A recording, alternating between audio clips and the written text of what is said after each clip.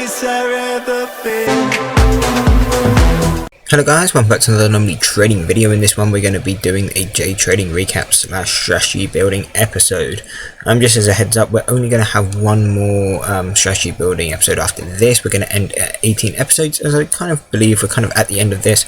We built the strategy, which I mean today probably not the best example as it's a losing day, but it seems to be working quite well over some good testing.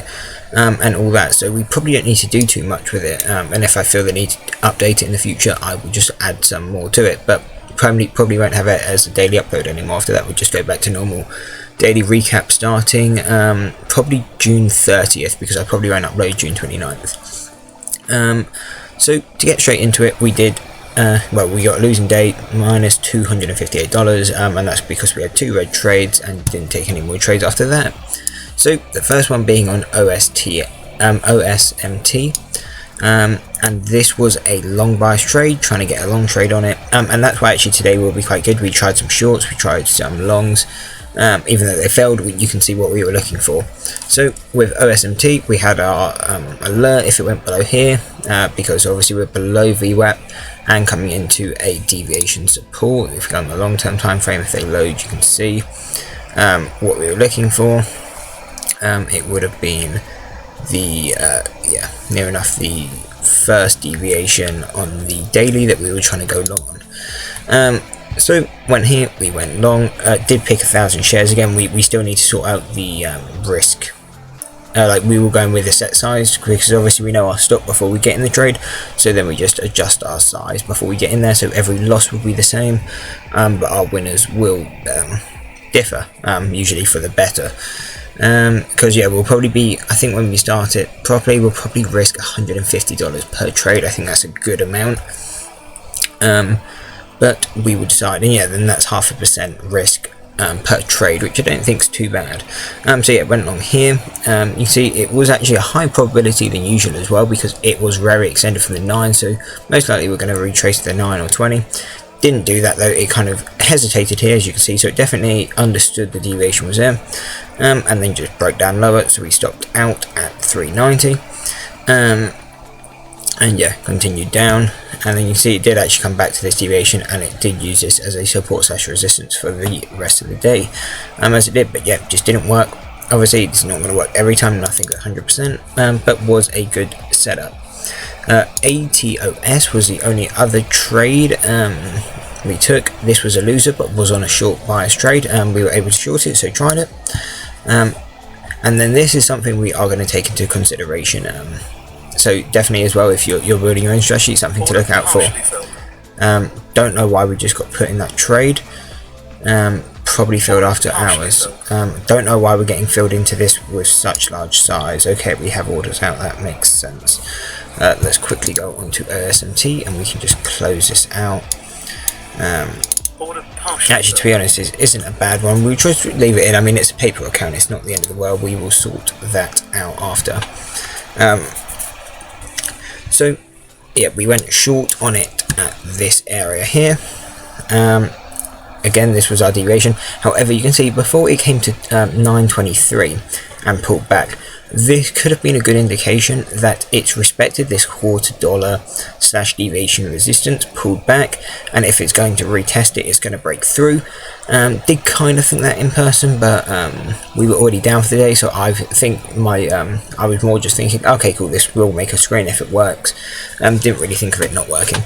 But yeah, there's definitely something to consider, and something I would probably adjust to when we're back on the proper account.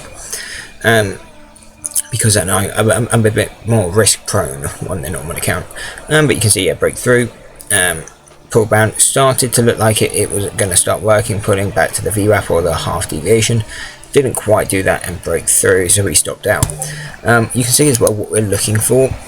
As you can see, on this, our deviation was so far away. It was like a 2-point move. You know, like over a 20% move to our next deviation. When something like this happens and I'm still looking for a deviation target, I'll just use these half deviations, because then at least we have somewhat of a guidance where to go to. Obviously, look, most of it in at the VWAP on this kind of trade, but we will look for the half deviation, and you see in this case it basically worked. It came all the way back down to that deviation before bouncing, and tried it again. We didn't have an order out for this long, but because I really just didn't think we would get down this low on the day. But you can see this is where we would have been long bias on the trade, coming down into a deviation below VWAP. Most likely we're going to get a bounce here, which exactly is what happened. It bounced off and went to our half deviation, which would have been our profit target.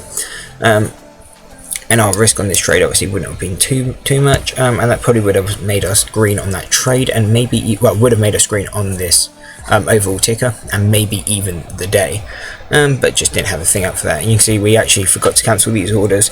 To be honest, I do tend to forget while we're on this account. Mainly as well, I just leave them out, sometimes on purpose, just so when I come back I can see which trades I was looking at, and if they did trade when I was out. We already got the stop and profit taking automated, so whether it's a lose or win, it doesn't matter too much. When we come back to check on the trade at the end of the day, we can just see how it reacted to our deviation levels, which is the key thing. We are going to also go over these two tickers. We didn't trade them, but I think they are good to know, especially if you're trading deviation on a few things. So what was actually on ALF? I don't know what I wanted to see on ALF, but you can see actually we have tons of resistances. I guess we can see how they react to it. So with ALF we couldn't short it, but this deviation it kind of ignored. Did it touch it pre-market? No. So you can see sometimes, again, this is why you want the tight stops. As this one, it kind of just broke through instantly, and when it does that it tends to continue its uptrend. So again, failed this one, continued its uptrend. Here we did actually get some good hesitation. Probably would have made money on this one because it did fall 70 cents. So yeah, and you can see as well when I said I failed, like on the ATOS trade, it came very close. We paused at our $1/2 resistance, did a strong pullback to VWAP, and then tried to break that high and go into an all-time high. So it's definitely a thing to keep an eye on. And I said it was more of just a thing, I think, because I was red on the day. I just wanted to get a winning trade, just didn't work. But yeah, definitely a lower probability of it working, at least if it has done this kind of pullback very close to your deviation, if it's using a psychological level, just as a heads up. Here it kind of consolidated before pulling back a bit. Again, would have made money on this trade whether you hold back there. Probably would have got stopped out if you didn't lock in profits here, but did pull it back quite well before breaking up to the next one. And again, hesitation here, and proper hesitation here with a strong pullback. This one would have been a good money maker. And again, breaking through. I guess it's more you can just see how they react. Again, if you wanted to trade on the long bias way, probably would have worked. You go long here, you have a stop around, you know, here may have got stopped out, but the kind of thing we're looking for on these kind of ones, you can see that how they move is they do have larger swings in different stocks. You need to keep an eye on that when placing your stops and profit targets, because you need to give it more leeway. You have to go in with smaller size and allow more risk. So on this kind of one, on a normal trade, I would probably have my stop, if I'm getting in at that whole dollar, probably have my stop around 1670, which I guess is the bottom of the candle, but a bit more risk I would allow for on these large swing candles. I guess that's it on ALF. What was SNCR? Oh, okay. So this was not so much the key deviations, but these are midway deviations. So as soon as the chart loads, you'll see what I mean. So you can see these are the midway deviations, exactly kind of fair value as you consider it. However, when stocks tend to come into these levels, you usually get either a strong pullback or a strong breakthrough. So that's more the thing I just wanted to record so I can kind of go through it and see myself how it's reacting to these. So you can see it touched the first midway candle or mid deviation, pulled back, a very strong pullback I would say as well. I mean, if we check how strong that pullback is, it's around 8%, quite strong. And you see when it retested it this time, it instead broke through, and we got a 5% or so breakthrough before fading and fading out. But these are also key levels to keep an eye on. Whether you want to trade them or not, that's up to you, but this is where breakouts tend to happen. So if you are looking to go long, these can be good long areas. Something I will try and adjust into the strategy over time. I don't currently know how I would be able to trade these in a risk adverse way, so I currently don't trade them myself. However, if I do find a way to add them into the strategy in a high accuracy way, I will definitely update that into the strategy building series. I guess that's kind of it. We can have a quick look back on OSMT to see what's happened since we got entered. So you can see we've been entered. We will actually leave this trade just to run, because as it is, it's automated, so we can cancel all our other trades. as we're not going to use those. But I can't tell if this is being automated or not. But either way, this is a good area to get in. You see we haven't touched this level yet today. Good bounce area below VWAP. We're most likely going to try again. If we don't have a stop, it should. I don't know. Can't tell. Oh, you know. So this is my order. Okay, yeah, 900 out of the whole 1,000 filled. So I'll leave that. If it does fill, it fills. But if not, you can see why we're looking. We're looking to stop out at 44. Reason for this is you kind of got that 50 or $half resistance, exactly where it turned on this in this case, and just leaving a bit of space. Sometimes it comes down to the 445 before bouncing. So if I put it at 444, it usually, if it hits 444, it will continue down.